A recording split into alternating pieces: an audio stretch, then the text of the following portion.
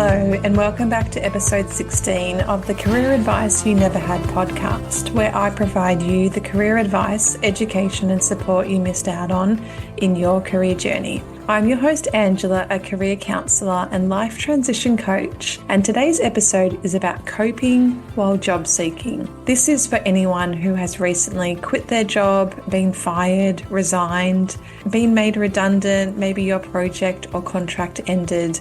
You may be coming back into the workforce looking for another job to supplement income, and you're on the job seeking roller coaster. Maybe you're exploring other opportunities or curious about what's going on in the labour market. In this episode, we'll be looking at what is happening in the world of job seeking, a bit of job seeking history, and I'll be sharing tips as well as my 5 lessons learned from job seeking recently so that you can cope and find hope at this time. Remember to share this podcast with anyone who is looking for a job at the moment and finding it tough. This may be the career inspiration they need.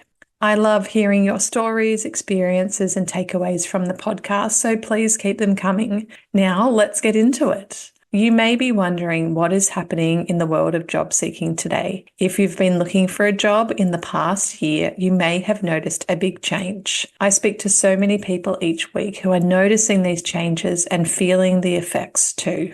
The changes are a tight and competitive job market with more applicants applying per job. Job searching is becoming longer, and it's showing how important your career management skills are in creating a targeted resume, cover letter, LinkedIn, interview preparation, networking, and having a job searching strategy, which may be something that you've never done before. With these changes, I talk about these not to scare you, only to remind you in 2024, job seeking looks different and you may need to take a different approach as there still are jobs out there. People are successfully transitioning and finding their next steps. So when it comes to job seeking, it has certainly changed over time. Let's take a look at the evolution and what is required of you today due to technological advances. Did you know that the resume has been around for over 500 years? It was Leonardo da Vinci who created the first known resume in 1482 when writing to the Duke of Milan about his qualifications, skills, and experience in creating artistic sculptures and paintings. Before the 1900s, they lacked the need for a resume as jobs were limited to what was available based on class or handed down from generations before. Most people worked in agriculture, family businesses, or skills trades.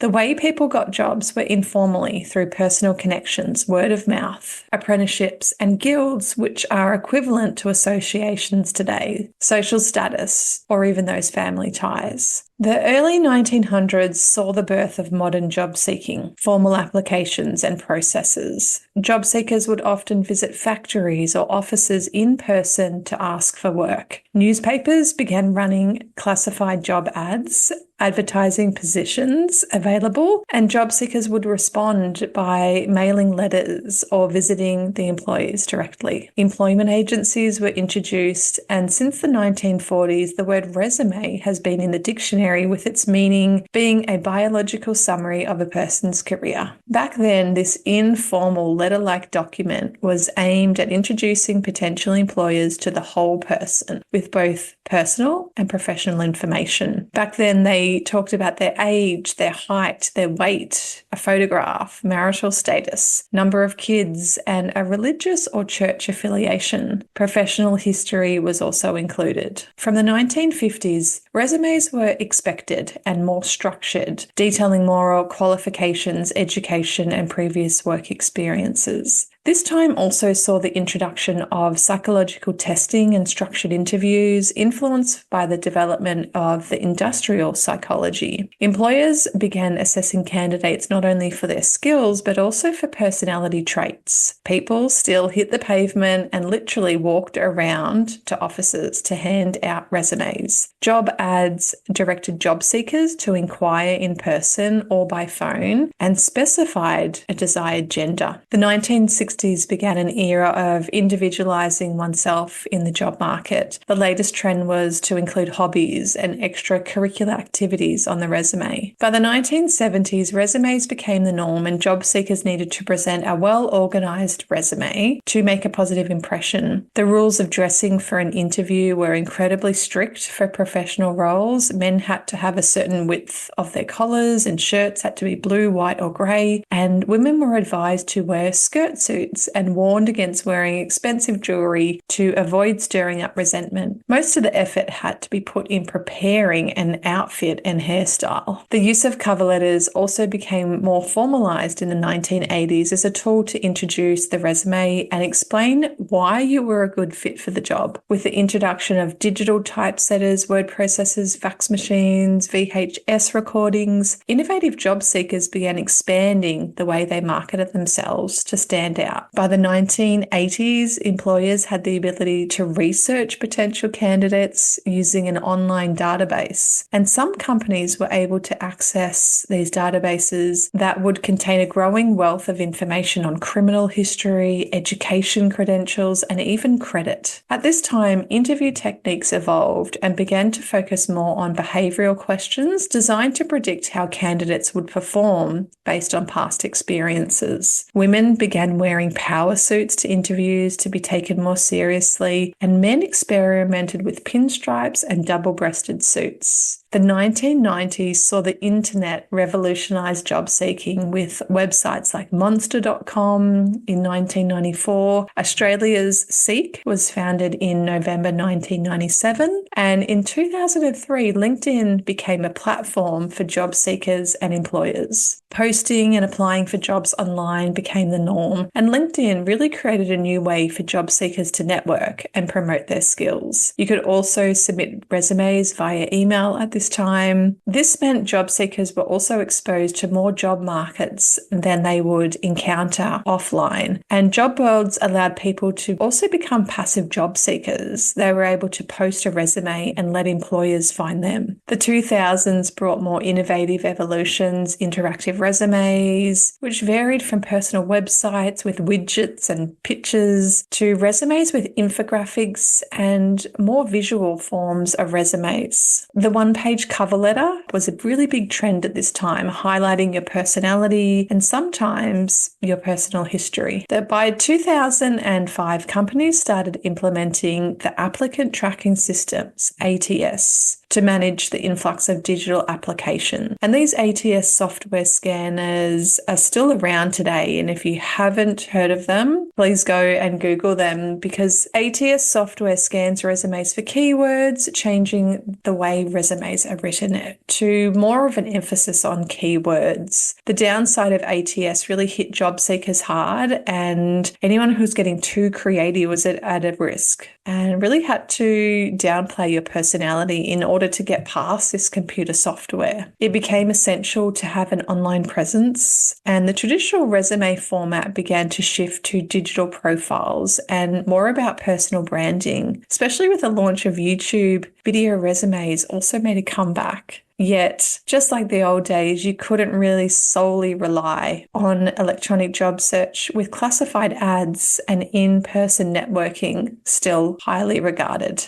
To interviews, job seekers were advised to wear clothes dependent largely on the context of the position. 2008 saw the introduction to personalize the resume with a professional headline, a short sentence that used keywords to really capture what made you unique and what your values were. Resume writing services were on the rise, and by 2013, studies showed our attention spans shrink from 12 seconds to just 8 seconds. This latest trend in resume writing coincided with this realization: the shorter, the better. If it was tweet-like phrases, they really took place of the longer paragraphs and focused more on results and formulas to write these phrases, and dot points became the norm. The bio, that short paragraph at the top of the resume showing that you have the right skills and the right fit for the company culture, began to emerge, and employers began Googling interviewing and researching job seekers in a way to get more of that full person, because a high percentage of people began to put false and misleading information on their applications. Which brings us more to today. It has a lot more AI, algorithms, social media, video interviews. The gig economy, remote and hybrid work has really changed the landscape of job seeking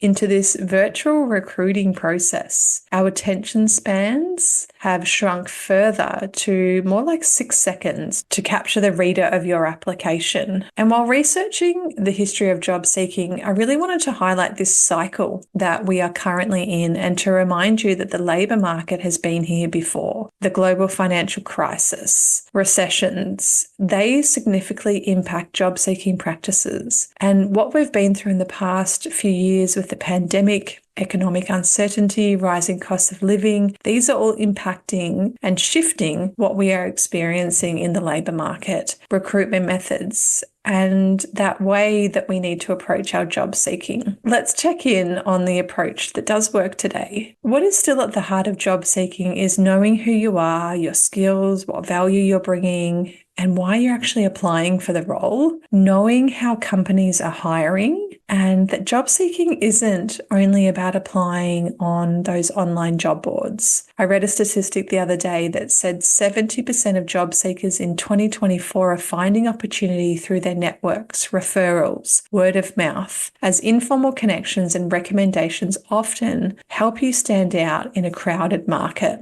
Job seekers can also find opportunities via social media, recruiters, employment agencies, company websites, approaching the employers. There's still signs on windows, and yes, newspaper ads still exist. So check out Your Career. I'll pop the link below to learn more about all these different ways that we can job seek and this approach that does work today. With this understanding of job seeking, my top 3 tips.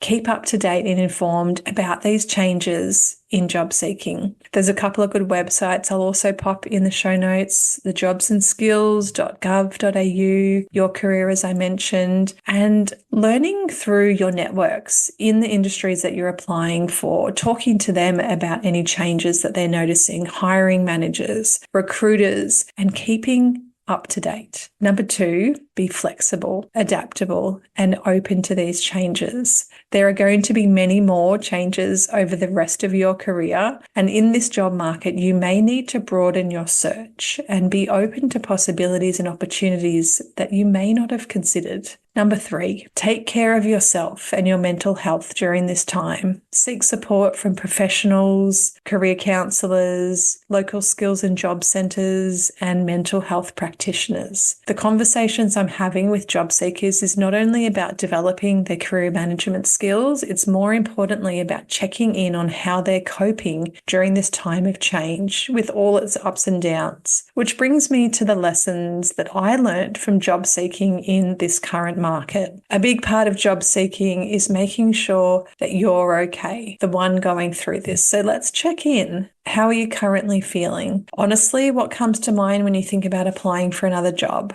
You may be tired, at a loss, disappointed, depleted, and just about given up. This is being felt by many, and you're not alone. And this was the instigator for this episode, and it reminded me of a post from earlier this year, the 5 lessons that I learned while job seeking. So let's do some reflection. You can listen along or feel free to pause and take notes in your journal. Lesson number 1, take care of your energy and mental health during this time. To cope with the ups and downs of job seeking, you have to protect your well-being. And the reflective questions that I'll ask are, what are you currently doing to take care of your energy and mental health? What type of energy and mindset are you bringing to your job search and applications? And what can you do to bring your energy up? Do you have strategies to refresh your energy and mindset? What helps you create good mental health? And is there something or someone to support you during this time? Sometimes we need to really effectively express what we're experiencing, whether it's friends or family or to a professional. And do you have a job seeking plan or strategy? A big one is also about setting boundaries. So what boundaries do you need to set around to take care of your energy and mental health? Lesson number 2,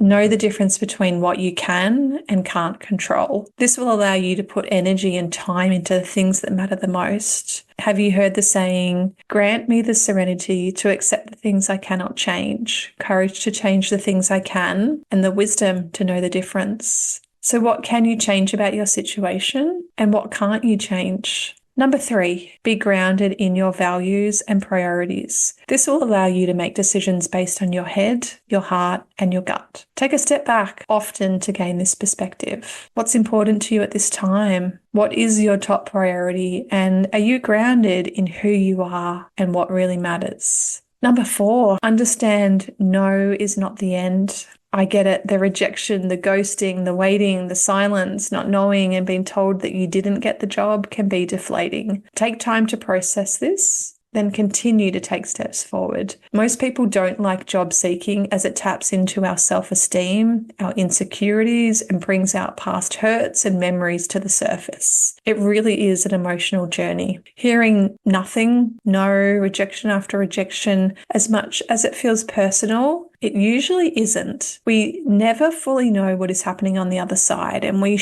assume it's us. It's not always about us. It is most likely something practical, probably a numbers game, or maybe it was based on a time or person's decision who doesn't have enough manpower to even get back to you. So no is not the end. It's an opportunity for healing and then learning once you're ready. A client this week said each time they get a no, it's a step closer to getting where they want to be. I found this a really powerful reframe. So let's check in. Who can you debrief with? How can you see this situation from a new perspective? And what's been brought to your attention? Is there something at this time that needs to be healed or learnt? And lastly, number 5, build trust in yourself and the process. When you're in the thick of job seeking, it can be easy to lose sight of this. So stop, breathe, and know that it's all working out exactly as it's meant to. This was the hardest for me, to trust in my unique career journey and not to be sidetracked by others' experiences and situations. I had to learn to stay true to myself and where I was headed. When was the last time you stopped to breathe and check in on yourself? And what is helping you? And what is hindering you at this time? And what's that one small thing that you can do today to build that trust in yourself? And a reminder to anyone job seeking, waiting can also be hard. Being able to wait for something without being frustrated is an admirable quality, which reminds me of a quote. Patience is a virtue. Thank you for listening to this episode today. What was your biggest takeaway? I truly hope you found this valuable, and I'd love to hear your reflections and what resonated with you the most. Remember to share this episode with those who are looking for some career inspiration. There are many people who haven't had the career advice, education, and support that they've needed along their career journey, and I'm here to provide it. In future episodes, we'll be exploring more about you and your interests. So once again, thank you for listening. Your support is amazing. You are amazing. And together, let's navigate this journey as you find your way, rediscover yourself, and focus on taking the next meaningful step in your career.